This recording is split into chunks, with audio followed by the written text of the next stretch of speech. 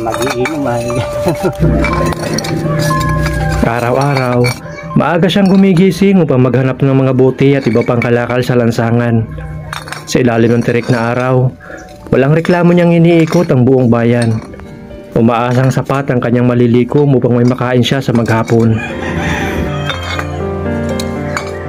Sa bawat piraso ng bote na kanyang napupulot, may kasamang pangarap. Pangarap na sana'y dumating ang araw na hindi na niya kailangang magpagal sa kalsada para lang may makain. Para kay Tatay Jimmy, hindi lamang ito isang simpleng bote. Ito ay isang biyaya, isang pag-asa. Maingat niyang pinupulot ang bawat isa.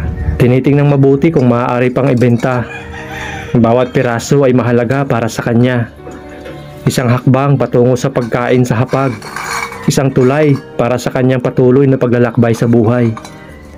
Sa kanyang mga mata, walang maliit o walang silbing bagay, sapagkat ang lahat ay may silbi kung marunong kang magpasalamat. Ang kanyang mga kamay ay may batik ng hirap, ngunit sa bawat pagyuko niya upang pulutin ang isang bote, may dala itong kaunting pag-asa.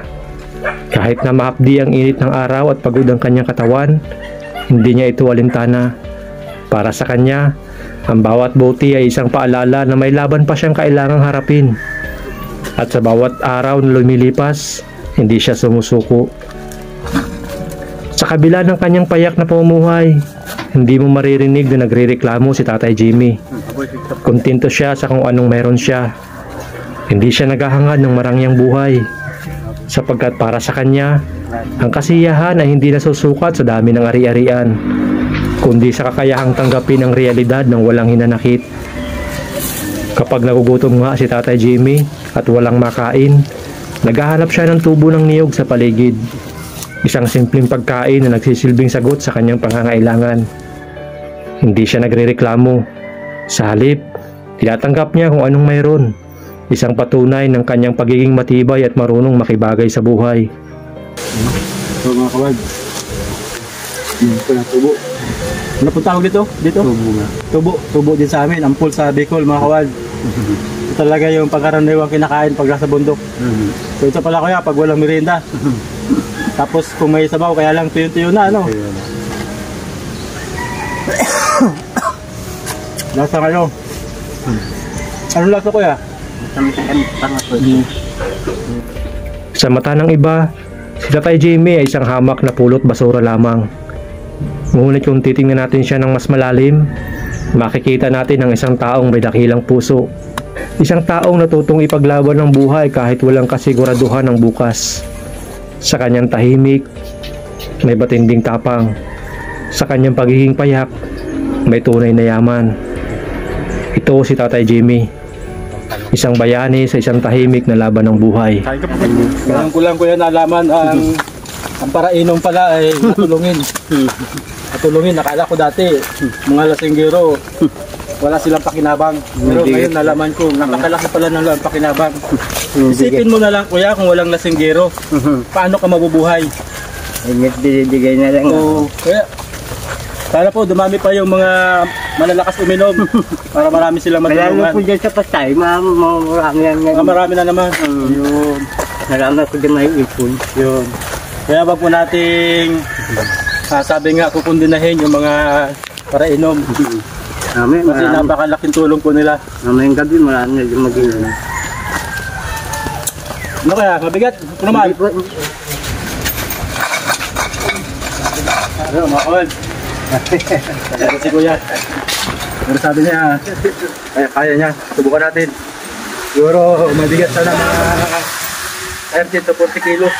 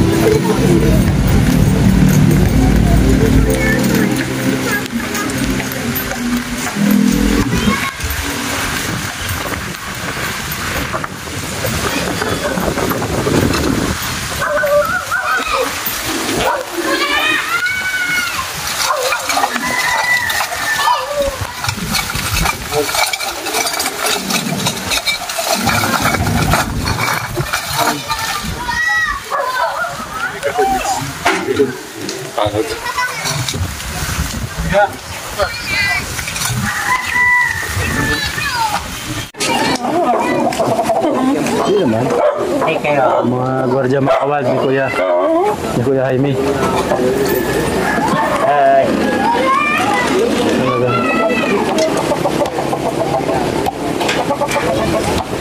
kahit po tayo.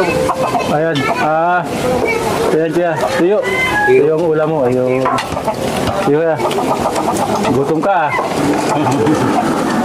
Saan ka nakaupo dyan? Ay, Hindi tumahangat yung asa mo, hindi Dito po yan. tumahangat. Para po yan. Dito po. Uy, puso ka dyan, pasok. Talagang puno ng mga alaga itong bahay mo, kuya. Puno ng alaga.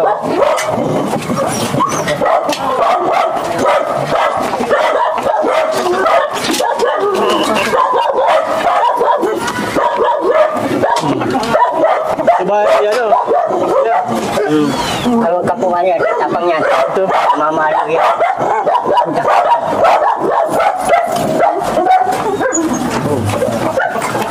Mamalo yung tapang yan. Tapang yan. Sige. Ikaw na kaya, upo ka dyan. Ayun. Tayo po tayo. Sige lang po. Ayun. Rabbit mo. Ano po nung magparaulan na, talo sa ulan, Anong ginawa mo? Namatay? matay na. Namatay pala yung rabbit mo. Kaya apat yun na. Yung dalawa naman, di ano yung gawa ng mga bata, dinukat. Yung mata. Talaga yan. Di talo sa sugat yan. Sinugatan pala yung dalawa mong alaga. 1,000 rin yung kayo. Bago mo, may bago ka na ng mga alaga, oh. May pusa, may aso, may manok. Kaya lang nawala pala yung rabbit mo. Ayan, namatay na. Hindi nabawasan yung mga kapamilya mo rito. Nabawasan nga sa isang tuta ko nga namatay. Ayan, oo. Isa na lang. Ay, dalawa namatay. Ayun. Ilan ang manok mo? Lahat? Ako po yan, apat. Apat. Yung lima yung dalawa. Ayun, oh. Ayun. Ilan ang pusa? Dalawa na lang ako, na lasa sa dalaw yung dalawa. May nalaso. Ilang taga, kakain bog sa dalaw. Bog sa daga ay Ayun. kakain pa lang po, bagong. Yung daga. Matay. Galing naman ako sa pag-ito ay. Para huli ng taga yan. So marami ka palang kapamilya na nabawas. 4 na rabbit, 2 pusa. Di nabawasan yung mga pinapakain mo, kuya. Talagang ganun yung hilig mo, kuya, mag-alaga ng mga hayop. Kung maliit pa po dahil Talagang mahilig kayo mag-alaga ng mga hayop. baboy. Pabo. Baboy po. Baboy. Ayun. Ibig sabihin talagang kayo, animal lover. Yung baboy po na yun. Mga yung itim. Yung native. Itim. Marunong ka mag-alaga ng native. Wala. Wala na ngayon dito na. Puro na. Puro puti. Yung mga pinahon ng baboy ito, mas kaya ng gahog mo. Pwede. Feed. Ang puka ko rin. Tayo nga. Dito yung aso mo nakatali. Nakapagkatali po nga.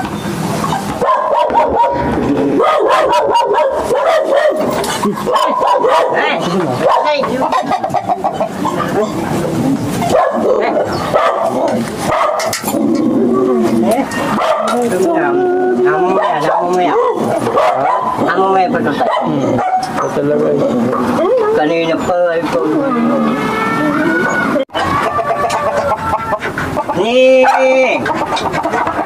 Kuya. Parang pati ahas, kuya, nag-aalaga ng ahas. Ano to? Ayun, nag-gigil nga ako. Ano yan? Ayun na ha. Nakakita ka rin ng ahas. Parang, tingnan mo daw, kuya, kung baka nadya pa. Wala na. Tinuro ng ahas?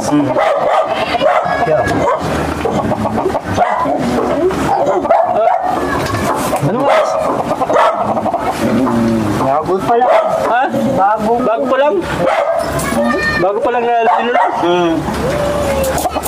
Ano ahas ito? Oo, kung... Wala na itong kamandag, di ba no? Wala po yan. Ang dilim mo. Malaki-laki yung ahas ito, mga kawad. Kubra? Kubra ba ito kuya? Nakanga po. Nasa kaya ang ulo nito? Kainan na niyang pusa. Pinakasta ng pusa yan ay. Ano ito? Ang karugtong? Muna yan, yung karugtong ngayon ng ulo. Ay, Malaki-laki na ito kuya. Kubra nga ito. saan kayo naroon? Nakakakita ka talaga ng ahas dito? Hindi po. Baka hinuli na nito mga pusang. Na yung pinatay. Minapatay yung pusa. Napatay na ahas yung pusa mo? Ay, baka yan nga. Pinatay. Anong ahas? Mga mandadalag po. Mandadalag? Pinapatay niya. Hindi dito basta mandadalag kuya. Ay, harang kubra oh. Malaki-laki na yan. Tingnan mo. Tapos saan bago pala? Ayun oh, bago pa nga lang oh. Masango. Oo. Nandiyan pa yan, malamang kuya. Baka nandiyan sa mga sapatos mo. Masango. Hanapin mo yan. Pero di ka naman takot sa ahas. Talagang ano pala ito kaya aso, manok, pusa, kubra. Lahat mo pala dito alaga. Pero pag ahas, pinapatay mo hindi. Kaya po. Pinapatay mo. Malilingkit ang buhay ko. Manlilimpis, delikado ka kasi dyan. Kaya narin niya. Pati kubra pala yung alaga mo na rito ah. Ha? Ito? Kaya nagsanin. Haba na oh, ito pa yung karugdong niya oh. Kubra yan. Kubra ito oh. Kubra kasi yung ulo niya malaki oh, yung liig. Nabiga ka no? Oo, oo. Ngayon ko Mukhang lahat ng uri ng hayop welcome dito sa bahay ni Kuya Jaime. Hindi ko nakita yung kanina. Yung? Kaya narin. Ang kaliskis niya mga kawal, parang sa tingin ko, kubra to.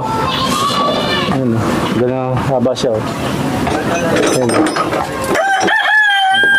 Sa haba oh. Tahimik yung mga ano, takot sa kubra.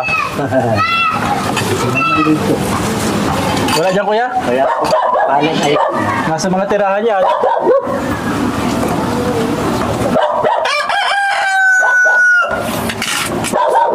Ganyan sa mga sapatos.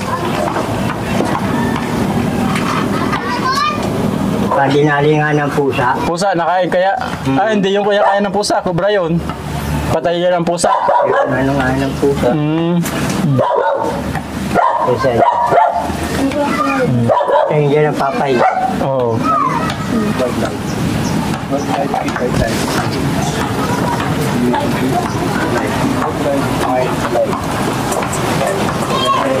Ito.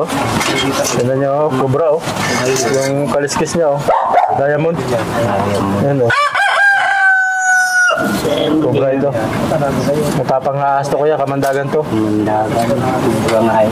Anong gagawin mo kung matuklaw ka ng kubra? Hirapan po dito ano, parang tambal. Pagtambal. Ayan po dyan. Diyan. Awad! Kuting! Kuting! Kung magpisa, kuting kuya! Dinalan to. Naroon yung Ayan bakla siya. nalagay sa ano. Ang naglilimlim dyan, pusa. Manok po na dyan. Ay, dinala dyan kanina. Wala yun dyan. Naglilimlim yung pusa ang pagpisa ay kuting. Ayos yung mga alaga mo kuya, kakaiba. Ay, bago. Ayun din. Manok man pala. Mga saso yan. Saso. Kaya, pasasay mo na yan. Takot bang sakit na.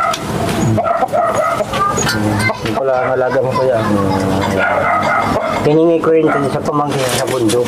Mag-asawa. Siyo pa, siyo pa. Lumaki na ako. Lumaki na. Saso. Yan pala ay hindi pang sabong. Pang saso. Hindi nalaki talaga. Ayun. Kaya, ito. May yung aming kaibigan na si Sigfred. Padala para sa iyo. Ay, Para magamit mo daw kung ano man pwede yung kailangan mo pa. Kasi yung pinapagpapagawa ka pala ng howler, yung bike na binili natin. yan. Malapit na matapos. Lapit na. Ayun, yung mga kawad, yung bike na binili natin, pinaano namin doon kanina. Pinta natin. Ayun, malapit nang matapos. Na buo na yung kaha. Pahan na. Alagyan na lang ang kulong. Gulong na lang, mga kawad. Kunin ko nga mamaya yung bike at pabumba ko. Kasi yung, Pabulkerize. Pabulkerize. yung dati mong ginagamit, nasira na pala. Yan, nga yung bukso. Kaya, 3,000 to. Galing kay Sir Sigfred. Ay, thank you po. Salamat po. Maraming salamat. Ayun. Maraming kayong ikapal po bigay ng grasya. Ayun. Thank you po. So, ganyan lang talaga yung hanap buhay mo pala pag pa hanap ng buti talaga. Buti. Tapos yung mga gabi nga. Mga ayun. So, yan. Nadala ko sa Yung 2 sako na nakuha mo, mga magkano na halaga niya? Ano rin yan? Mga 200 piso. Ayun. Pero gaano karami bago makaipot Ang doon? dadalhin ko po yung mga 6 na sako na. Ngayon ko lang nalaman ko yan na yung malalakas pala uminom para inom. Ibang salita ay lasinggo. Hindi pala sila talaga lagi nakakaperusyo, kundi nakakatulong din. Binibigyan na nga ito. Paano na lang kung walang para inom kuya, walang lasinggo? Paano na lang yung buhay mo? Ayun, iba naman hanap. Iba naman. Balingway po. Ay, agubat naman. Noong isang araw, nanguha ko yung pantay na ang ganto. Pawid.